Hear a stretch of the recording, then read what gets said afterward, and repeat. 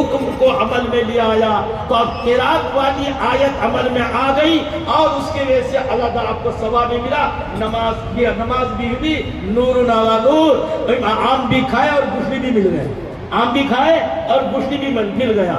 اس لیے بھائی نماز ام العبادات ہے. نماز ایسی کشش کی چیز ہے, ہم غفلت میں پڑے ہوئے ہیں, نماز کو ہم اپنے دل میں اہمیت نہیں دیتے. اس کے بعد چلیے پھر آپ سبحان ربی الاعلیٰ پڑھیں گے, سبحان ربی العظیم پڑھیں گے. پھر آپ جو ہے بیٹھیں گے قعدہ میں تو آپ التحیات پڑھیں گے. التحیات میں ان اللہ و ملائکۃہ یصلون علی النبی یا ایھا الذین آمنوا صلوا علیہ وسلموا تسلیما. یہ صرف خارجی میں صلاۃ والسلام پڑھنا ہے کیا؟ نماز کے اندر جو صلاۃ والسلام ہے وہ بھی اس آیت سے, اس آیت پر اس سے بھی عمل ہو رہا ہے. ہم گویا اس آیت کو بھی نماز کے اندر زندہ کر رہے ہیں. ہم جو السلام علیکم ایھا النبی پڑھ رہے ہیں, اللہم صلی علی محمد علی محمد پڑھ رہے ہیں, تو ان اللہ و ملائکۃہ یصلون علی النبی یا ایھا الذین آمنوا صلوا علیہ وسلموا تسلیما والی آیت پر عمل بھی ہو رہا ہے. پھر اس کے بعد کیا کریں گے؟ رکوع میں گئے, مثال کے طور پر رکوع میں گئے تو قرآن پاک میں کتنی جگہ وَرْكَعُوا مَعَ الرَّاكِعِينَ وَرْكَعُوا مَعَ الرَّاكِعِينَ. اب رکوع کی جتنی آیت ہے, آپ رکوع کا 3 منٹ 1 منٹ 1.5 منٹ 2 منٹ کا وقت لگایا, رکوع کی جتنی آیت ہے سب آیتیں عمل میں آ گئی. یہ نماز ام العبادت ہے. سجدے میں گئے, آیت سجدہ 14 ہے وہ چھوڑ کے قرآن پاک میں بہت سی جگہ سجدہ کرو سجدہ کرو سجدہ کرو, بہت سی جگہ سجدہ کرو. آیت تلاوت, جو تلاوت کے آیات سجدہ ہے اس کو چھوڑ رہا ہوں میں. اس کے علاوہ جو اور آیات ہیں وہ تو نماز کا سجدہ ہی مراد ہے صاحب. اب وہ ساری آیت نماز کے سجدہ میں جو ہے عمل میں آ گئی. ان ساری آیتوں پر عمل کرنے کا آپ کو ثواب مل گیا. لہذا نماز ام العبادات ہے. اور اگر آپ نماز نہیں پڑھ رہے ہیں تو آپ کی قرات والی بھی آیت عمل میں نہیں آئی, تسبیح بھی والی عمل میں نہیں آئی, اور کیا کہتے ہیں کہ درود سلام والی آیت بھی عمل میں نہیں آئی, رکوع والی آیت عمل میں نہیں لا سکے, سجدہ والی عمل میں نہیں لا سکے. جبکہ یہ اس امت پر تصور ہی نہیں ہو سکتا کہ ان آیات پر عمل نہ کرے, یعنی نماز نہ پڑھے. تصور ہی کے خلاف ہے یہ. ایک مسلمان نماز پڑھے یہ تصور کے خلاف ہے. جیسے حدیث میں ہے کہ حضور پاک صلی اللہ علیہ وسلم کے زمانے میں جماعت تک کرنے کی جو ہمت منافق کو بھی نہیں ہوتی تھی. منافقوں کو بھی جماعت چھوڑنے کی ہمت نہیں ہوتی. صحابہ تو دور کی بات ہے, صحابہ تو اتنے پابند تھے نماز کے, جماعت کے بھی, کہ اس زمانے میں جماعت کو لاپرواہی سے چھوڑنا, یہ اگر یہ کام انجام دے سکتا ہے تو یہ تصور منافقوں سے ہو سکتا ہے, ایک خالص مسلم سے اس کا تصور نہیں ہو سکتا. وہیں سے یہ بات آئی ہے کہ ایک مسلمان بے نمازی ہو, اس کا تصور ہو ہی نہیں سکتا. آج جو ہمارے یہاں بے نمازی کا ماحول ہے, یہ اللہ اور اللہ کے رسول یا صحابہ کے اللہ کے رسول اور صحابہ کے تصور کے خلاف ہے کہ مسلمان نمازی نہ ہو.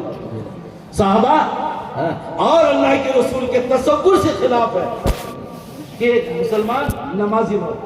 ہو ہی نہیں سکتا کہ ایک مسلمان نمازی نہ ہو. ہر مسلمان نمازی ہوگا. ایک مزیدار واقعہ سناتا ہوں, ایک مزیدار واقعہ.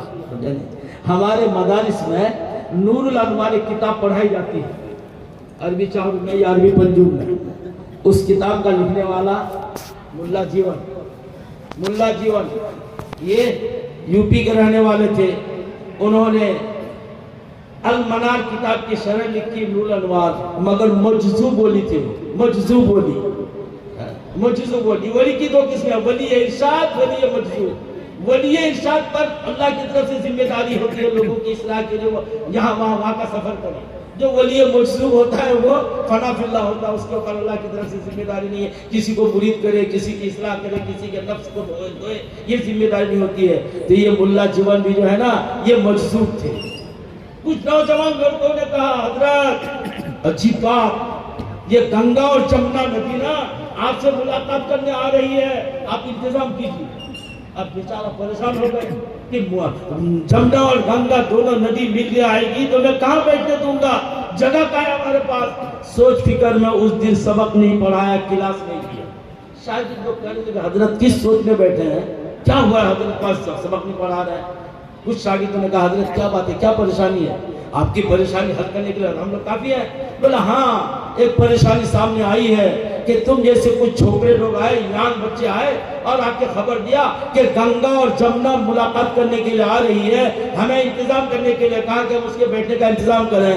تو میں سوچ رہا ہوں کیسے انتظام کریں، کیسے بٹھائیں، کہاں بٹھائیں، اسی سوچ میں بہت متفکر ہوں بھائی۔ تو شاگرد لوگ سمجھ گئے کہ حضرت سے کوئی مذاق اڑایا ہے، حضرت سے مذاق اڑایا ہے۔ شاگرد نے کہا حضرت یہ تصور سے باہر ہے کہ گنگا اور جمنا اپنی جگہ سے اٹھ کے آ جائے، آپ سے مذاق کیا ہے؟ بولا ہاں سوچ تو میں بھی یہی رہا تھا کہ گنگا اور جمنا ندی کیسے آ جائے گی، لیکن یہ بات میں نے سوچ لیا، وہ یہ ہے کہ خبر دینے والے مسلمان کے بچے تھے۔ خبر دینے والے کون تھے؟ مسلمان کے بچے تھے۔ مسلمان کا بچہ جھوٹ بولے یہ ہو ہی نہیں سکتا ہے، گنگا اور جمنا اٹھ کے آ جائے یہ ممکن ہے۔ کہاں کی بات کہاں سے نکالا؟ سمجھ گئے نا؟ مسلمان کے بچے آئے تھے اور مسلمان کا بچہ، حالانکہ خبر کے دیکھیں گیا، میں بھی سمجھ رہا ہوں کہ گنگا اور جمنا کیسے آئے گا، یہ دونوں ندی کیسے آئے گی، لیکن میرے دلی دماغ میں ایک بات اور آئی، وہ یہ ہے کہ خبر دینے والے مسلمان کے بچے تھے، تو مسلمان کا بچہ جھوٹ بولے یہ تو میرے تصور سے خلاف ہے، اس لیے میں نے کہا کہ ایک مسلمان کا بچہ جھوٹ بولے یہ ہو ہی نہیں سکتا، اور گنگا اور جمنا اپنی جگہ سے اٹھ کے آ جائے یہ ہو سکتا ہے۔ سمجھ گئے؟ صحابہ کے دور میں، نبی کے دور میں، تابعین کے دور میں اس کا تصور ہی نہیں تھا کہ ایک مسلمان بے نمازی ہوگا، ایک مسلمان بے نمازی ہوگا، اس کا تصور ہی نہیں تھا۔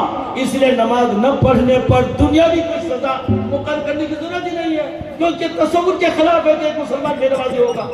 نماز کی اتنی اہمیت ہے بھائی، نماز کی اتنی اہمیت ہے، نماز کو دل میں لیجئے، نماز کو سماجک لیجئے، نماز کو سماجک لیجئے۔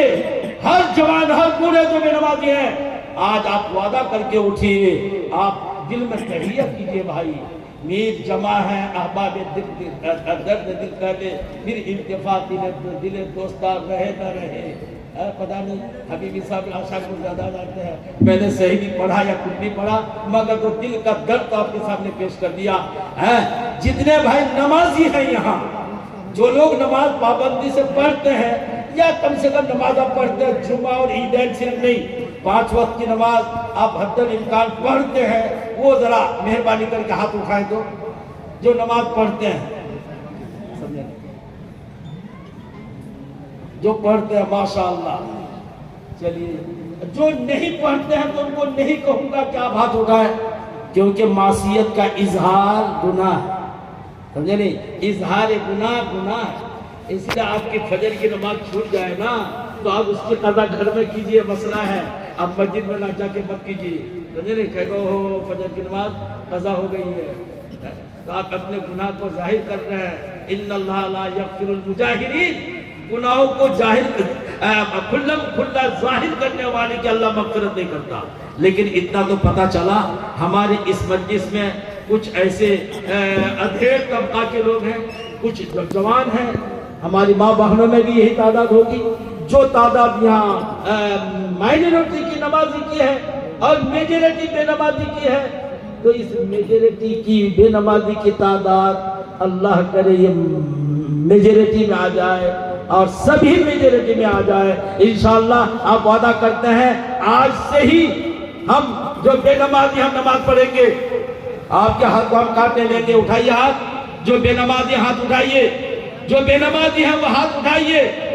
دیکھیے آپ کے ارادے پر کیا کہتا ہے اللہ کا فیصلہ ہوتا ہے، میں نے کہا نا ہمارے ارادے پر اللہ کا فیصلہ ہوتا ہے، لیکن آپ تو ہی نہ چاہے تو بہانے ہزار، تو ہی نہ چاہے تو بہانے ہزار۔ جو بے نمازی ہیں ان کو جو نماز نہیں پڑھتے ان کے اندر یہ احساس تک نہیں آ رہا ہے کہ مجھ کو آج سے نماز پڑھنا ہے، تو اللہ تعالیٰ آپ کو توفیق دے گا کیسے؟ توفیق کیسے دے گا؟ بہت افسوس کی بات ہے آپ ہاتھ نہیں اٹھا پائے۔